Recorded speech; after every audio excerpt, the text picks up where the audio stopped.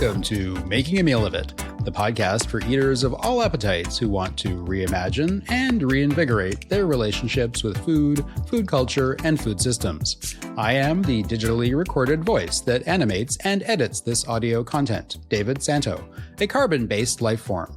Today's show, as you might now suspect, is about media and digital technology, also artificial intelligence, and a few related divergences into food porn, celebrity chefs, censors, and, of course, science fiction. We're also actually going to be talking about eating. But first, does anybody out there remember this particular sound?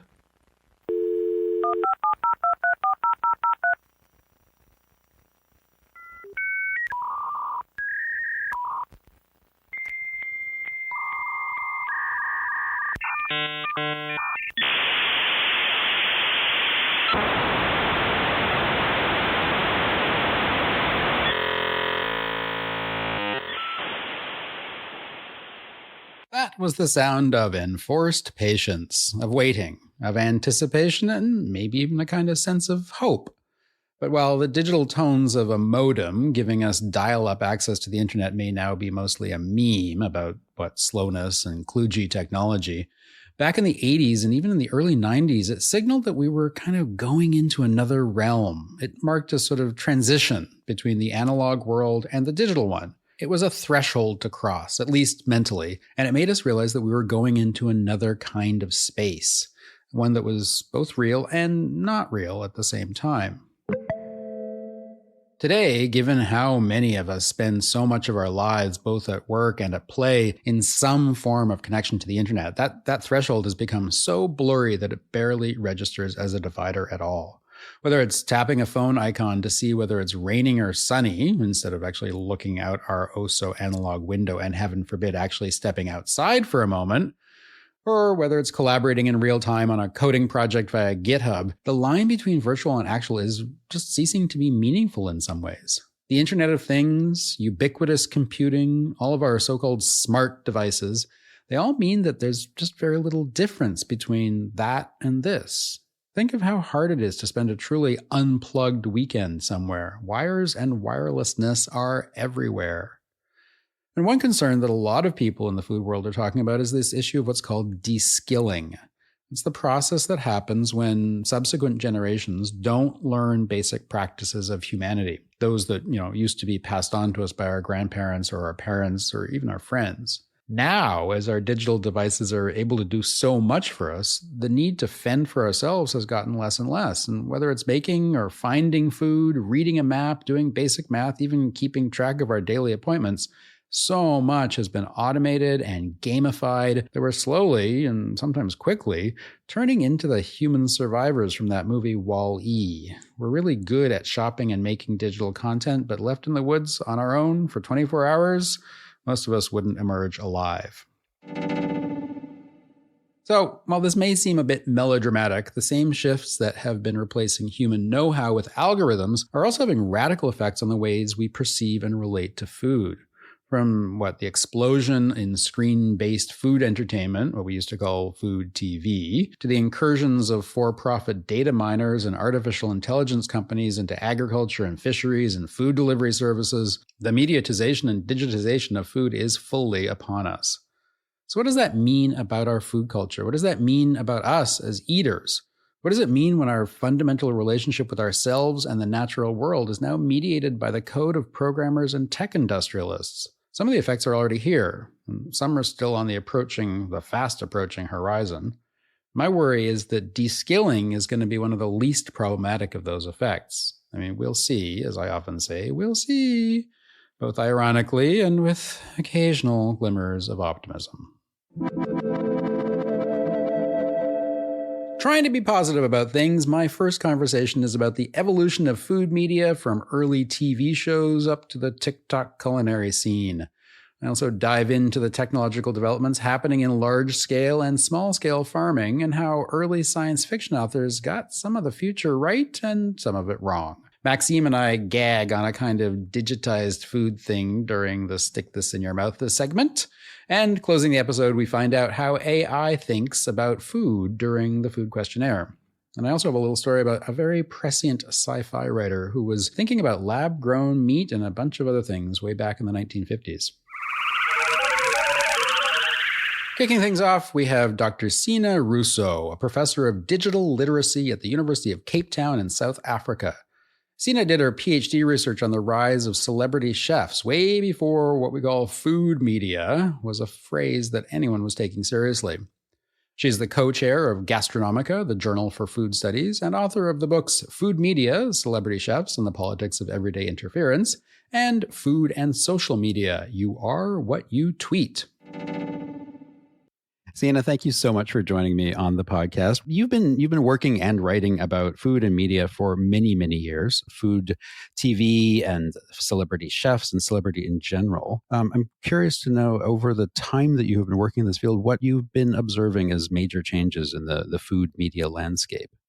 Thank you for quite a loaded question. Yes. I have been writing about food media and food TV.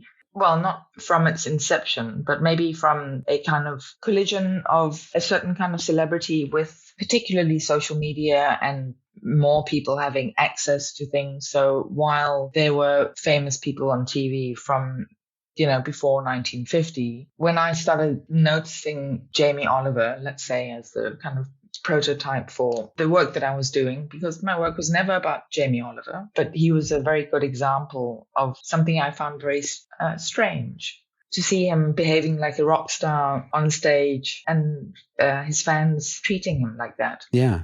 And I think really the expanse of media reach, which comes with the challenge to our attention, was a very special moment in the early 90s or mid 90s when I started paying attention to that. And then the question of what sorts of changes I've seen since then is difficult to answer because it's been so explosive, I think, as everyone knows, with media tentacles growing everywhere. And once social media came on the scene, the same thing, apps come and go. And these days, I hardly watch food TV anymore. I used to enjoy it in the beginning. I mean, I felt very proud of myself that I had found like a great topic that I actually enjoyed researching. So I could spend a whole afternoon watching food TV, and it was interesting and new. And for the last week or so, I've been kind of tuning in, looking for something interesting. And a lot of it I find extremely boring. There was that explosion of food TV. We used to call it food TV. Now we call it sort of food media or digital content or all these other things. But there was so much stuff coming very suddenly after a relatively sort of educational but thin period of cooking shows where we were learning how to cook on TV. And then these shows started diversifying away from cooking. And now we're in some other weird tsunami of content that is, as you say, not that interesting sometimes. Yeah, exactly. I mean, I think that when I was working on my PhD, which eventually morphed into my book on food media, the one interesting thing that I saw changing from the kind of explosion of attention to someone like Jamie Oliver was also a kind of expertise creep. Right. So after he had kind of established himself as the naked chef and then had started doing work on school food in Britain, then there was, I think, a temptation for him to imagine that now he was an expert on childhood nutrition.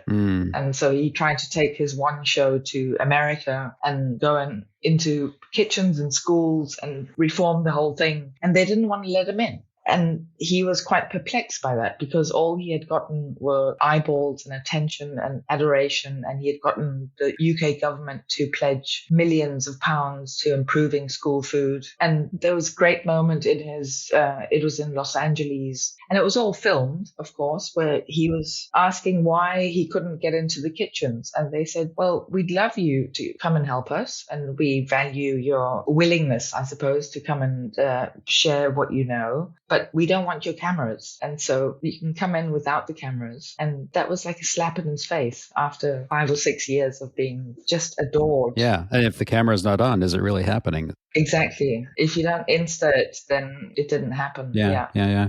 And there was also a very interesting moment in that series when he is addressing a conference of nutritionists and people who worked in school kitchens and so on in Los Angeles. And he was asking for their help. And then the floor opened for questions and someone just stood up and said, "You're addressing a room of maybe 400 or 500 people who do this for a living. Can you just tell us why we should listen to you?" And he was completely flummoxed. Do you think now that celebrity or fame, or at least recognition, followers in the digital era, which is what we would have called fans in the old pre-digital era, in this era, whatever we're going to call it, in the very fast digital media era, sort of post YouTube into TikTok, into the very quick fabrication of notoriety or visibility or fan bases or followings, have things started to shift in terms of what celebrities, food celebrities, are recognized for or given the capacity to speak to?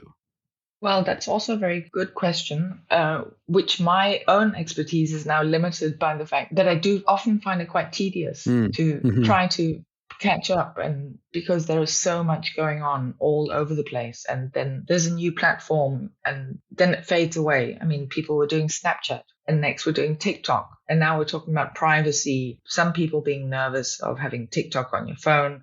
So all of these sort of developments, the longevity of platforms, the kind of meta or external issues like privacy, global politics kind of feed into that. And for myself, I can say probably Instagram becomes kind of interesting, I think, for a very direct, raw kind of exposure, because I understand that people are doing this on TikTok also. But I'm thinking of a chef like José Andres, who is a Spanish chef who's based in DC. He's been there for about 20 years, but last year finally became a US citizen. And he also has an organization called the World Central Kitchen. And whenever there is a crisis, or at least the ones in recent memory for me, so Ukraine, also now Gaza, Israel, he mobilizes his team and they go and they try to get food to people.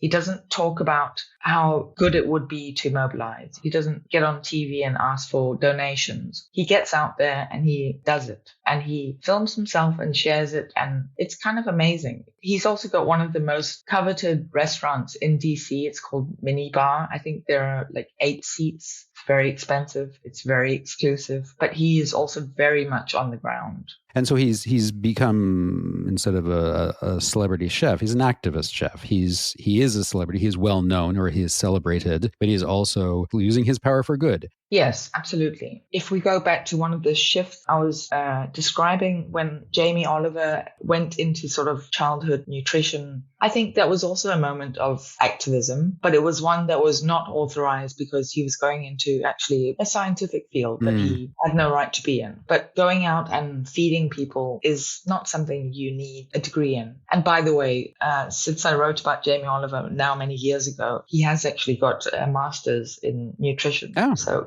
he's got more than he did in terms of the expertise when I was writing about it. Well, so then that's sort of interesting, because I would imagine that his desire to go back and get a degree might have been, in fact, a reaction to what he witnessed as non-acceptance of that expertise. And so he decided, well, if I want to do this, which indicates a goodwill, then I better learn about it.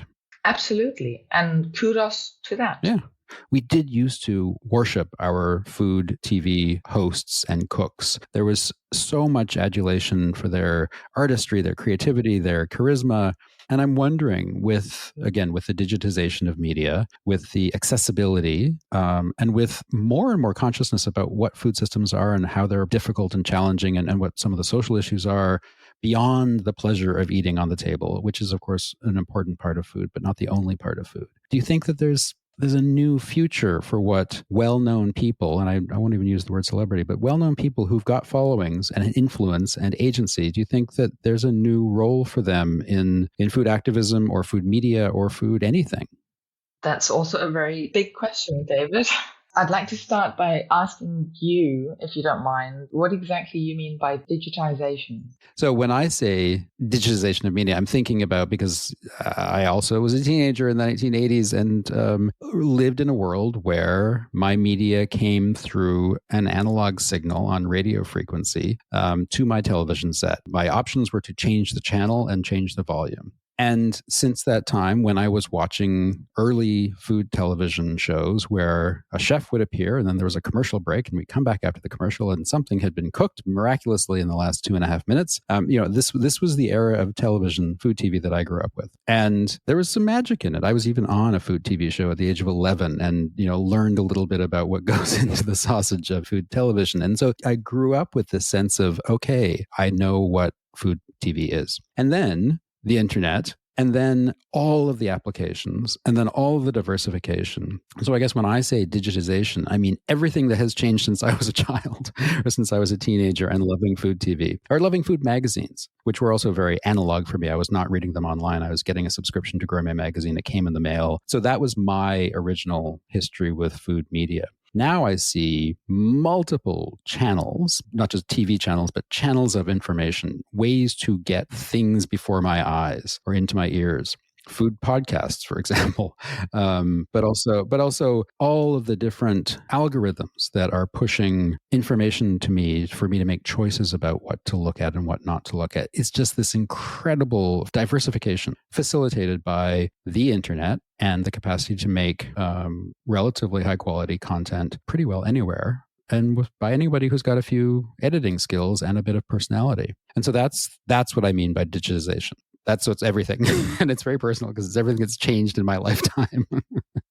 No, absolutely. Thank you for what you're describing is what some people have called, push versus pull media. It has become enormous. And I do want to stress, I don't think it's all bad. I think there are many things that are fantastic about it. I think that it's a platform that can be used for enormous good. And also, look, there was something we saw during COVID, for example, when suddenly people couldn't be physically together. And there was an option to have a meal with a family member or friends who weren't physically present. And you could just set up your iPad and cook together, whether it's FaceTime or, Zoom or MS Teams or whatever it is. And that's a wonderful sort of opportunity to connect. And also someone, just to go back to the example I used earlier of José Andrés and the kind of humanitarian work he does in areas where there are crises. It's amazing to be able to follow that so closely, so rapidly, so freshly. And it's something that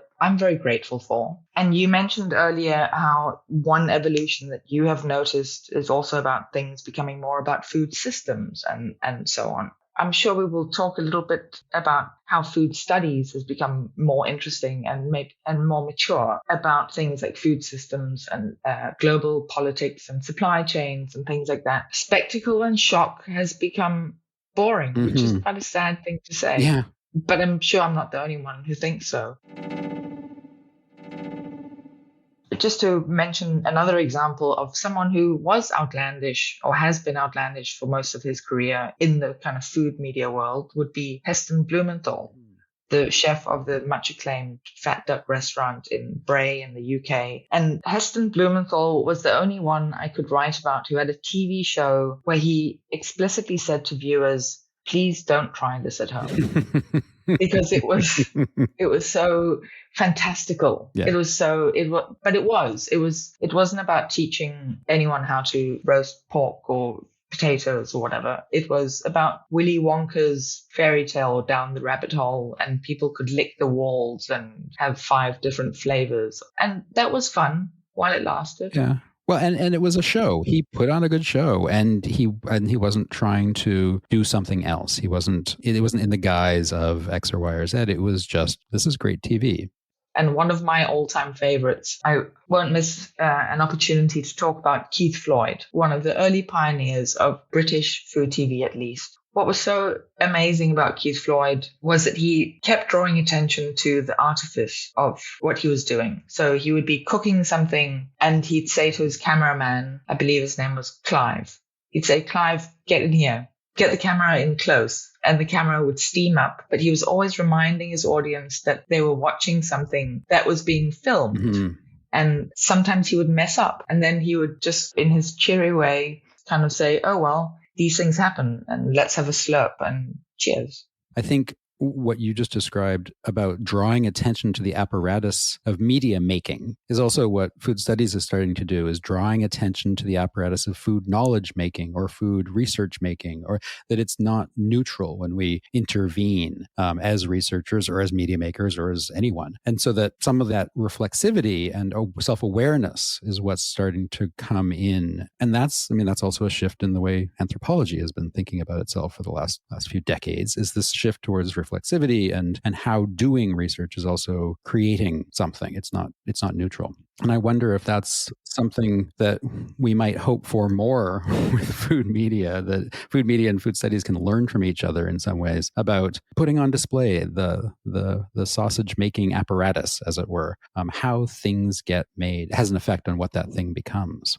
Well, what you've described about food studies there and that kind of evolution is absolutely true. I mean, even before I started looking specifically at food media, my master's was in film studies, and I became very interested in the spectacle and the fact that there is no spectacle without spectators. Right. It's all back to this idea of critics in the 70s pointing out that the product of TV are the consumers, because we are watching, and without the eyeballs, there is nothing. Right. We are creating it, and it creates us, and there's this dynamic. Yes, gosh, and that makes us sound like strange kind of AI sci-fi TV show, which is probably coming to your screen any day now with food. With food. Do you have any thoughts or feelings or concerns about AI and food? Well, when you mention AI and food, the first thing I do think about is sort of stories about robots making ramen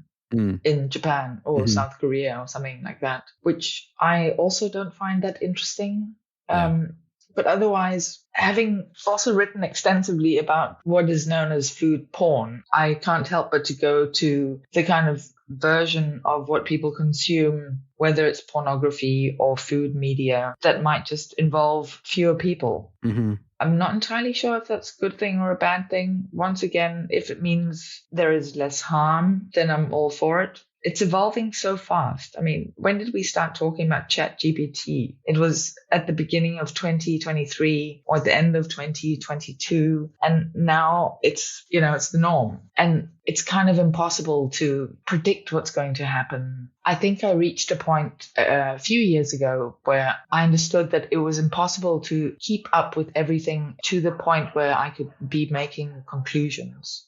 In preparing for this podcast, I was remembering that my book on food and social media, which was published in 2012, was reviewed in Gastronomica, which I'm now on the editorial board for. Yes, yeah. It was reviewed in 2014. So this is 2 years after it came out. And it was a fairly positive review, but the main problem that the reviewer found was that the book did not consider Instagram, which was by then the leading kind of platform. Right. But Instagram only became available, at least to Android users like myself, about 2 months after my book was published. So it's like, well, I would have loved to include Instagram, but it wasn't there yet.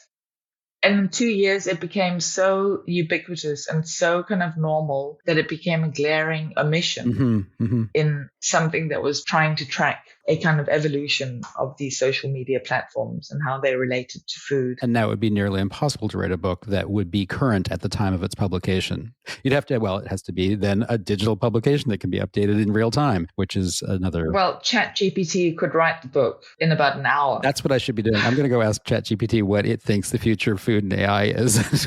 I'll get back to you. Maybe you should. I will. It would be an interesting footnote to this conversation. Yeah. Well, this conversation has been absolutely delightful and fascinating. I'm so grateful for your time and your insights. And thank you very much for being part of the show. Thank you so much, David.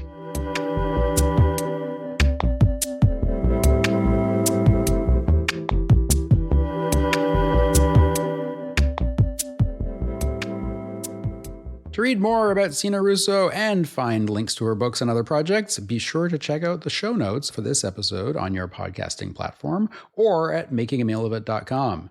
You'll also find some responses that I got from ChatGPT about its views on how artificial intelligence might have impacts on the future of food. My thanks to Signe for that suggestion.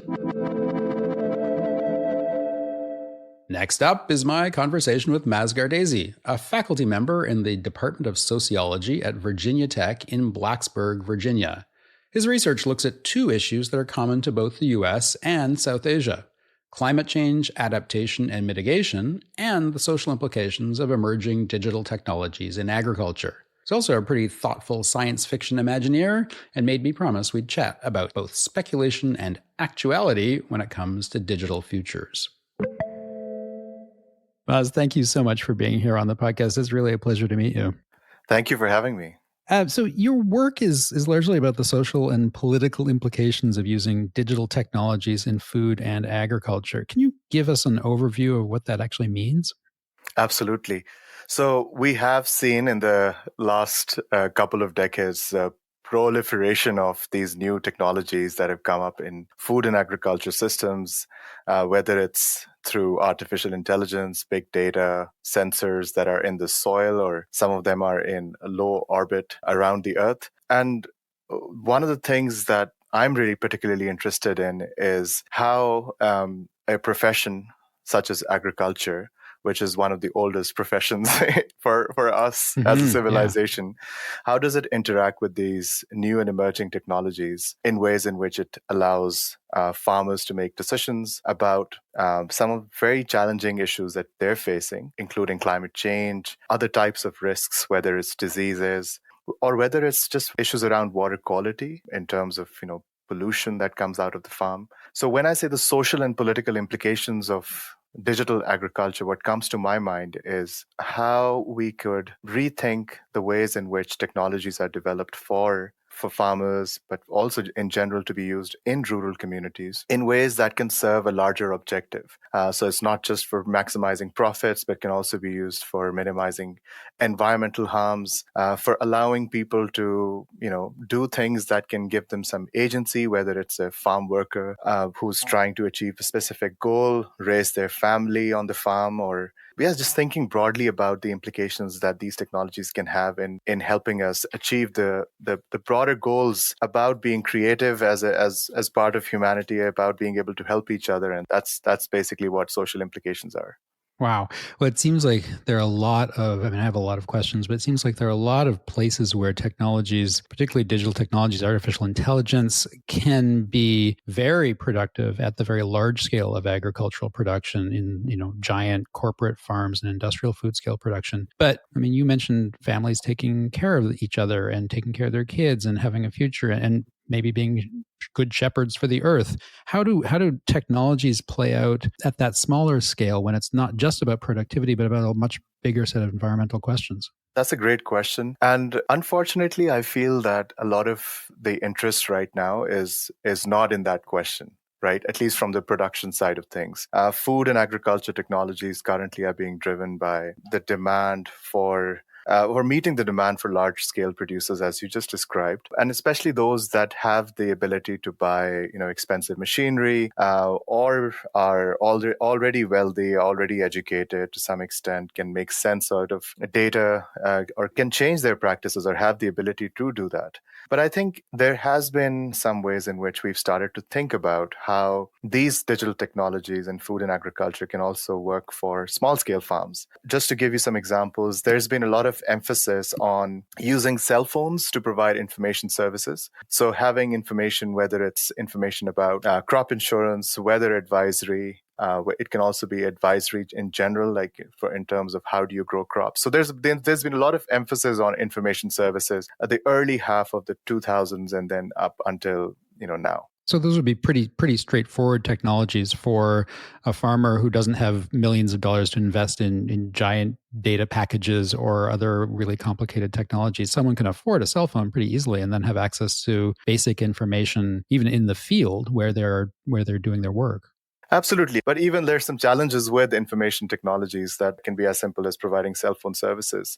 And so like some of the research that I'm doing in Pakistan is basically saying that it's not such a great idea to provide individualized services to individual farmers because a lot of decisions that are made about farming are made by the community or at the community level. So if you start providing individual farmers recommendations about what they should be doing on their farm, it's not going to be as meaningful. Much less of what we would call sort of a neoliberal approach where everyone's out for themselves and making change or taking action at an individual scale, but really trying to think about the larger picture, what it means to be a farmer within a community, within a region, not only producing food for that region, but taking care of the land at the regional scale. Absolutely. But a lot of it has to do with this idea that still in a majority part of the world, the notion of private property doesn't exist. You could give people cell phones and information from those cell phones, but if they're not able to make decisions on a particular piece of land because they don't particularly own it and it's just the community that owns it, then they just get to work on it. And those are some of the communities that I'm working with in Pakistan, in those remote mountain communities near Gilgit-Baltistan, in the specific province of Baltistan, where communities have been very resilient for over the last 500 years and without having the need for either ownership of land or water. And I think these kind of technologies wouldn't particularly work very well because they're so individualized and they're based on Western ideas of private property. Right. So it's more farms that are more within the Western tradition of corporate and large scale agriculture where the really big, like big data technologies and artificial intelligence are probably being used. Yeah. And, there might be some other ways in which these technologies may work. For farms that don't necessarily have private ownership or where the size is not too big. Certainly, there has been a lot of development of publicly accessible satellite image, either from the US government point of view, more recently from Chinese government, but the European Space Agency. The issue is that, again, like a lot of the image that you get from satellites don't necessarily have a very high spatial resolution. And so what happens in the end is that the size of the farm is so small that each pixel is, still not large enough to give you specific information about a very small farm. So satellite imagery might be better used at the very large scale of agriculture rather than by small scale production? I mean, there's some ways around it. There's some development of low-cost drones that can be flown over small-scale farms, and that can help in kind of ground truthing some of that data that comes from the satellite. You can have sensors in the soil and water. A lot of cheap sensors are being developed. Again, the problem is that you can develop all these technologies, but if there is no infrastructure available in rural areas, either for internet connectivity or for the ability to transfer lots of data from the sensors to a cloud service, then it doesn't really make sense. So people have tried to come up with ways around it. There's some non-Bluetooth, non-internet connected sensors that can still give you some sense about how much soil moisture there is and what kind of nutrients there might be. But there's not a lot of development around those technologies because for obvious reasons, that's not where the market can make a lot of money. Right. So the digital technology industries are really looking at big scale clients because that's where the big scale profits come in. What I'm hearing from people that are developing agriculture technologies themselves, they are not so much interested in developing, so-called decision support tools for small-scale farms. But what they're really interested in is using blockchain technologies for contracts. Blockchains can allow you to develop smart contracts that are easy for traceability. Just to explain for listeners what blockchain technology is, as I understand it, I mean, it's part of the cryptocurrency concept. Now I think you're talking about it being used as a means to create traceability in terms of a history of exchanges, whether it's a contract or actually history of exchange of actual farmed products. Is that what you mean by blockchain technology? Absolutely. So a history, a documented, a traceable, a somewhat transparent manner to understand how goods and services are exchanged. Mm-hmm. The promises of blockchain, at least from the technology development point of view, is that it reduces the need for the middleman or the middle person. And that's one of the big problems for relatively small or medium scale producers, is that they often lose a lot of profit in having those middlemen involved. Exactly. So whether it's for coffee production or cocoa, or whether it's for cotton industry, a lot of the middle intermediaries are the ones that are kind of extracting a lot of profits. Tell me, if you will, about artificial intelligence. This is heavily in the news in all sorts of spaces. We are both excited and terrified of what it may mean for the future. In terms of small, medium, even large-scale agriculture, what do you see as the implications for AI?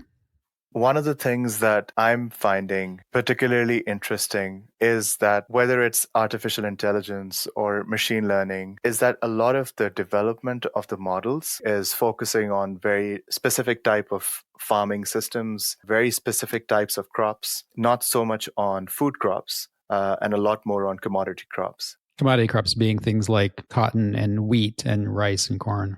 Particularly in the US, Midwestern US and Canada, and Mexico as well.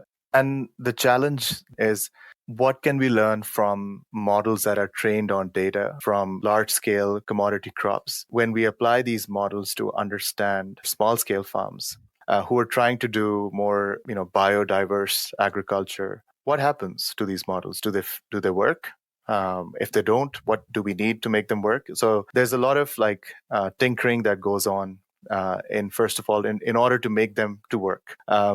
Now that's a problem because a lot of the data and large amounts of data is generally collected from very large scale agriculture because that's where more data is available. And the reason why there's more data available is because, those farmers have the money to go out and buy large equipment, and that equipment already has sensors built in. So there's a lot of data that is already being produced. But a lot of small farms and farmers don't have the ability to do that. So that is where I see the role of satellites to come in. One of the things that we're learning in our project, and that's kind of the holy grail right now in scientific research, especially around AI, is how do we develop algorithms that can allow us to make sense about what's happening on a small scale farm by relying only on satellite imagery. Now that's tricky to do because for a number of reasons. First, satellite imagery, look at the two big programs. One is the US program called Landsat. It's a 30-meter resolution, so each pixel is 30 meter by 30 meter. Okay, so that's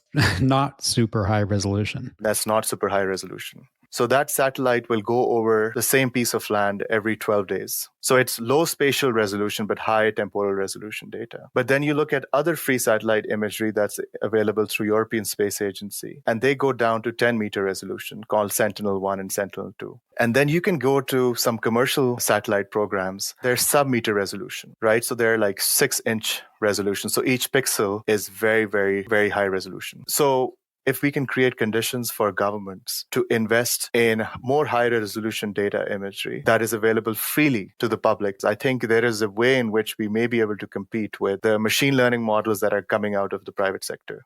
So I see a lot of hope there, especially also when it comes to issues around drought and flood and early warning and early hazard systems. And so, you can address a range of questions that private sector isn't typically interested in, which serve the public interest through more better use of satellites and then develop AI algorithms around it.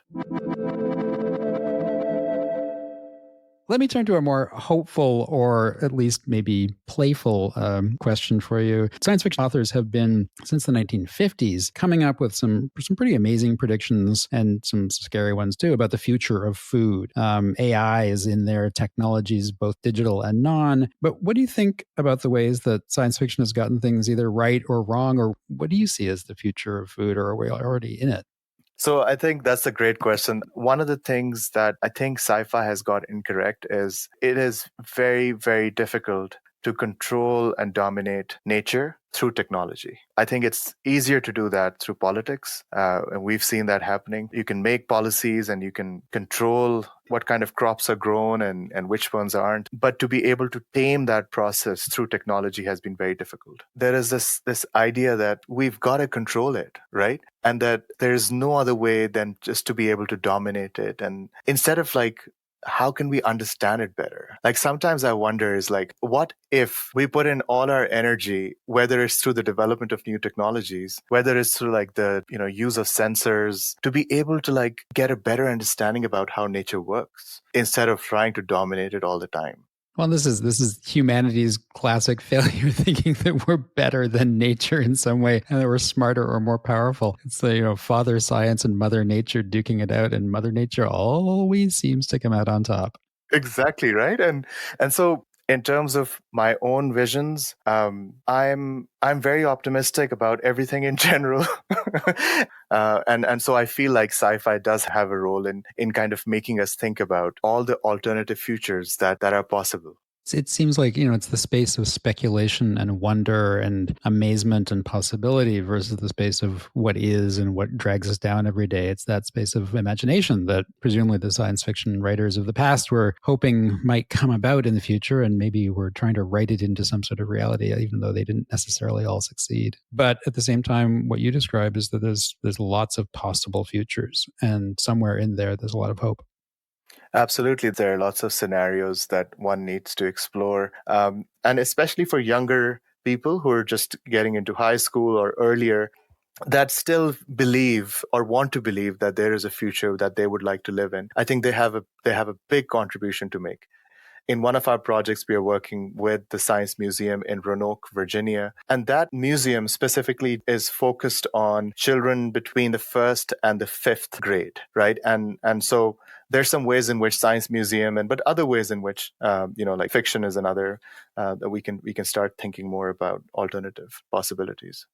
Well, I'm really happy that you are doing this kind of work, because it makes me feel a little bit of hope myself. And what you described really seems to point towards some very complex but very delicious and potentially very fair and just futures of food and technology and AI altogether. Thank you so much for being part of the show. You're welcome. Thank you.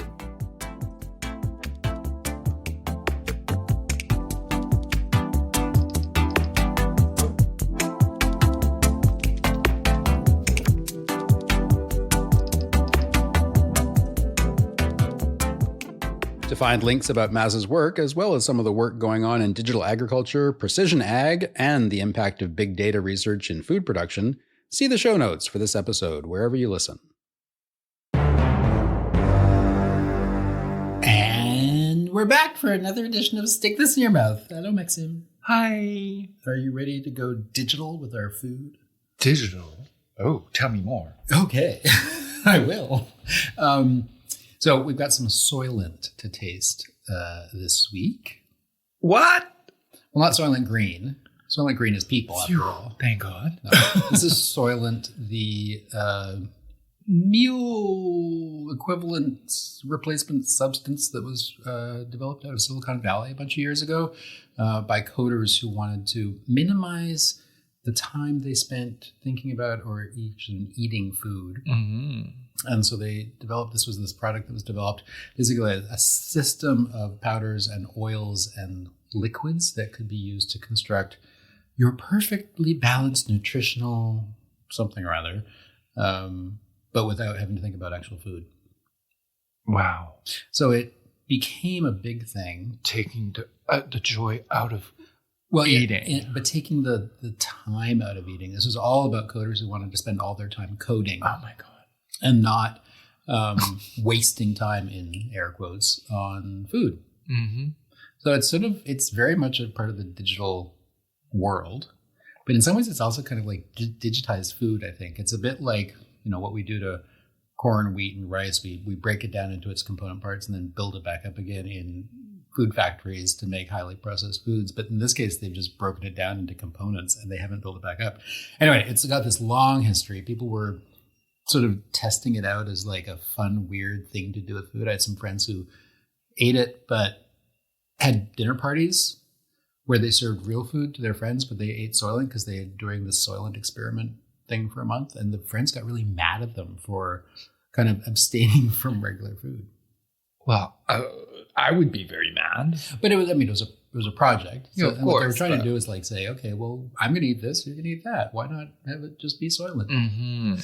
Anyway, Soylent seems to have gone through some evolutionary phases. I have a friend who did some research on the community that developed around Soylent, because people were, despite the fact that it was meant to be sort of thought-free food, people were developing recipes and sharing them with each other for ways to make it, I guess, more palatable or more interesting. I don't know.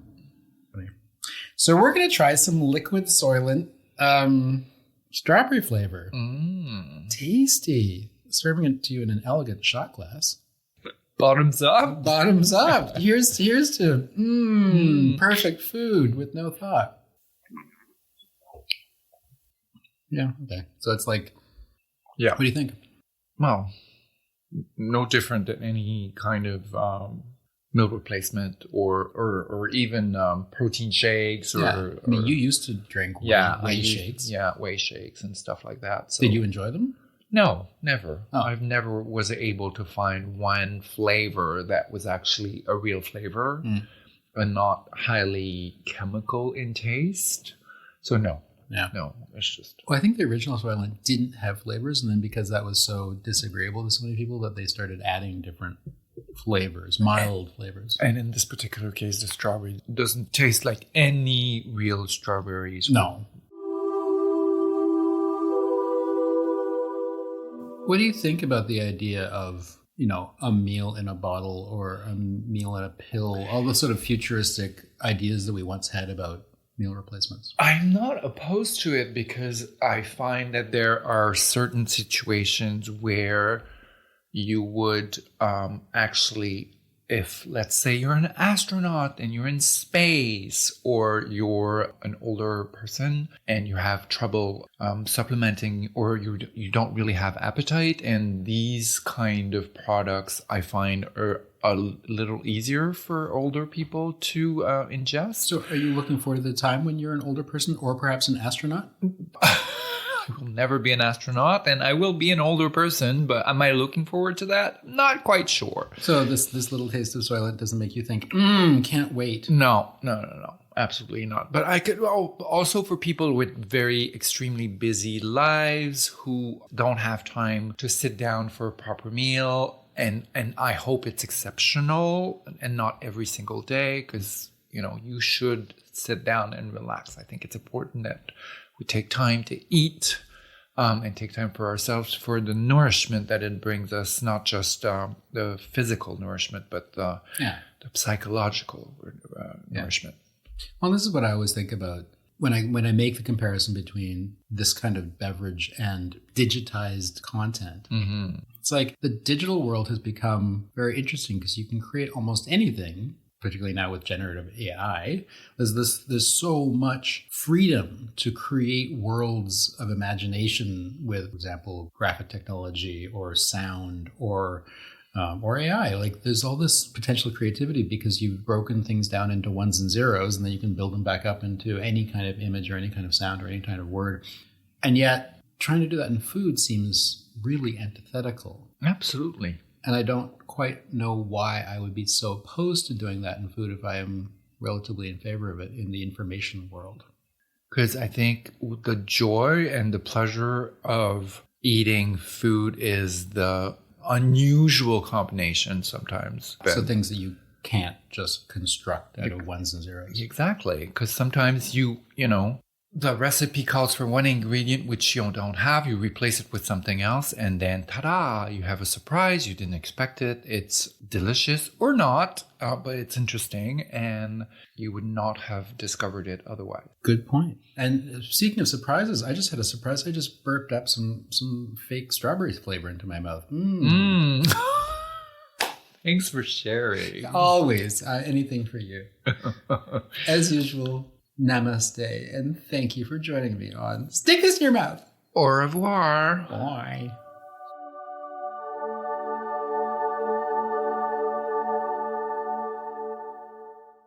About 15 years ago, I stumbled upon an old paperback copy of a science fiction novel called The Space Merchants. It was written in 1952, right at the dawn of the SF era, by the American authors Frederick Pohl and Cyril Kornbluth. Something about it grabbed my attention, probably the very campy cover image that looked both hopeful and terrifying.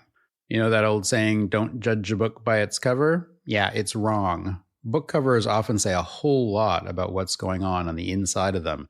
And this book was certainly, well, maybe a little hopeful, but very definitely terrifying. The story focuses on a big corporate ad exec at the top of his career who's pitching for the government contract to market Mars. Yeah, it was a marketing campaign for a whole planet. At this point in Earth's history, the Terran surface is covered by cities and there's no farmland left. Urbanism and consumption have taken up almost all of human existence. And the most powerful entities on the planet are the ad agencies. And they're so powerful that each of them have employed private armies because they keep trying to assassinate each other's CEOs. I'm not making this up.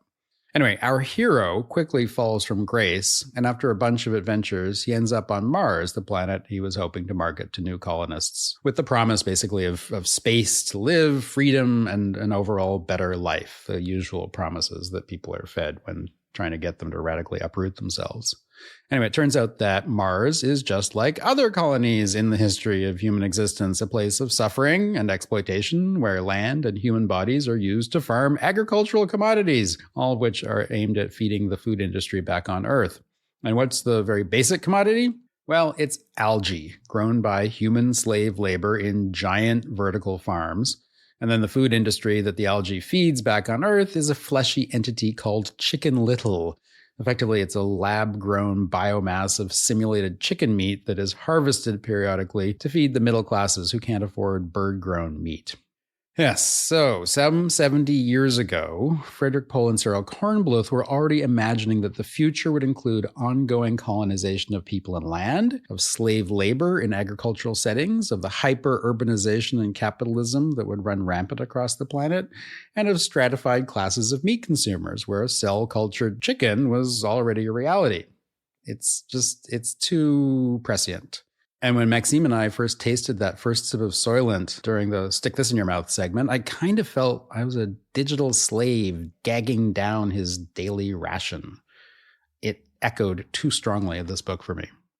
So there's little question that digital information systems and some kinds of automation and many types of technology have made human life easier, very often more interesting, and frequently very delicious. But at what cost are all these innovations coming? Are some of us benefiting a lot more than others? Yes. Is virtual food porn numbing us to the sensory realities of growing and cooking and sharing and tasting actual material real-time edibles? Absolutely.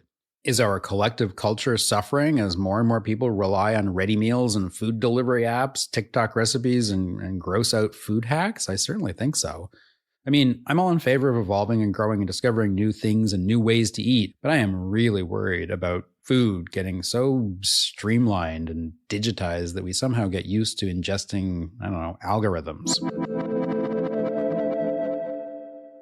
Closing out this making a meal of it buffet is, as usual, the Food Questionnaire. What's not so usual is my respondent this week. After having followed Signe Rousseau's suggestion to ask ChatGPT about how AI might affect foodways in the future, I also turned to the bot with my Food Questionnaire questions. And the results, as you will hear, are kind of banal, in my opinion. Yeah, they're all kind of easily agreeable with, but those answers sound to me like those of an Anglo-Saxon, economically privileged, urban-residing, Netflix-watching farmer's market shopper. Or maybe like someone who's trying to give a food podcaster what seems like the so-called right answers. In any case, to my ear, it's a good indication of the algorithms and baked-in systemic biases that a lot of folks are fearful about when it comes to AI and generative AI. Is it all going to converge on kind of bland, Soylent-like acceptability? Correct, but not that interesting? Smooth to the point of being just textureless? Well, you decide. ChatGPT at this point needs little introduction to most podcast listeners, but for the sake of providing a bio, here you go. ChatGPT is an AI language model designed to assist users with a wide range of tasks and inquiries created by OpenAI. Trained on vast datasets, it strives to provide helpful and informative responses to support and enhance human interactions and productivity. And yes, that is ChatGPT's bio as written by ChatGPT itself. I edited the text to the third-person voice. ChatGPT, what is your idea of a perfect food? The perfect food, in my opinion, is sushi. I love the combination of flavors and textures in each bite, the freshness of the fish, the creaminess of the avocado, and the subtle crunch of the rice. It's not just a dish, it's a culinary experience that engages all the senses. The artistry involved in sushi preparation and the attention to detail make it a delightful and satisfying choice for me. Of what food or food context are you afraid or distrustful? I'm a bit wary of extremely spicy foods. While I appreciate some heat, overly spicy dishes can overpower the flavors and leave me reaching for water rather than savoring the taste. What word or concept describes a well-balanced food system? Sustainability. What word or concept describes why food systems often remain unbalanced? Inequality. Which food person do you most admire? Anthony Bourdain. Bourdain's fearless exploration of diverse cuisines and cultures, combined with his candid storytelling, made him a captivating figure. His approach to food went beyond the plate, emphasizing the connections between people and their culinary traditions. He inspired a genuine appreciation for global food diversity and fostered a sense of shared humanity through the universal language of food. Which food innovation do you try to ignore? Lab-grown meat. What is your greatest gastronomic extravagance? Truffle-infused dishes. For what do you hunger? Culinary adventures. What do you consider to be an overrated food or food context? Fancy avocado toast. On what occasion do you feign satiety? When presented with a homemade dish that, despite being less appealing, I appreciate due to the effort and thoughtfulness behind it. What do you most dislike about dinner tables? Forced small talk. What is the quality you most like in a fruit? Juiciness. What is the quality you most like in a cut of meat? Tenderness. Which condiments do you most overuse? Hot sauce and sriracha. What kinds of gardens make you happiest? Herb gardens. Which culinary skill would you most like to have? Mastering the art of pastry. If you could change one thing about nutrition, what would it be?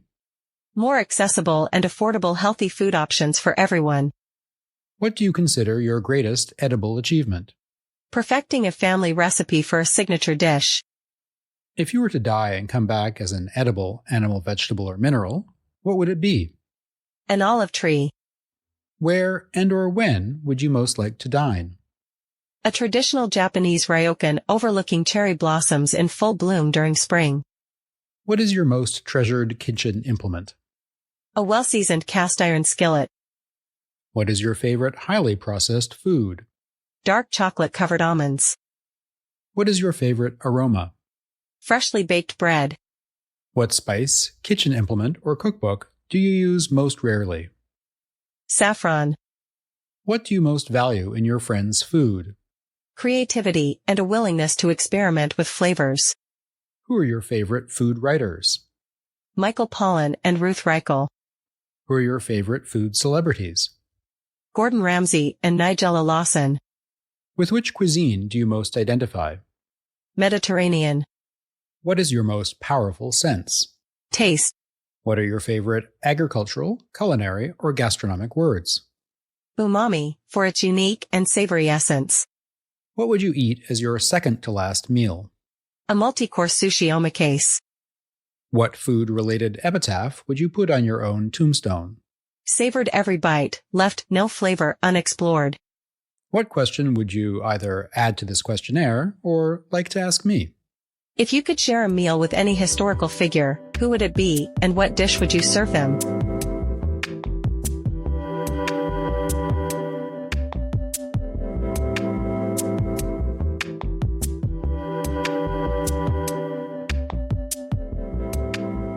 So that wraps up this media and tech episode of Making a Meal of It. Thank you big time to Signe Rousseau, Maaz Gardezi, and Maxime. Acknowledgements to ChatGPT and the developers of OpenAI, who have given us much to think about and perhaps be fearful of. I'm also grateful to Frederick Pohl and Cyril Kornbluth for helping me remember that science fiction is always social fiction, and to the echoes of the voices of the reboot of Battlestar Galactica. All this has happened before. All of this will happen again. As usual, many thanks to Ben and Nick at Story Mode, who designed and produced the show's music and sounds digitally, but with much analog heart. Go to storymode.ca for more info. And don't forget to subscribe, rate, and review us so that others can discover the show wherever you and they listen to podcasts. Next week, we leave the digital world behind in favor of the very real spaces of kitchens, including the ways they encourage us to dance, play, love, and generate sensory goodness through our own very natural intelligences. Join us, won't you? In the meantime, as so many have said before, Dobro Shut and Bilchanorai Shifa.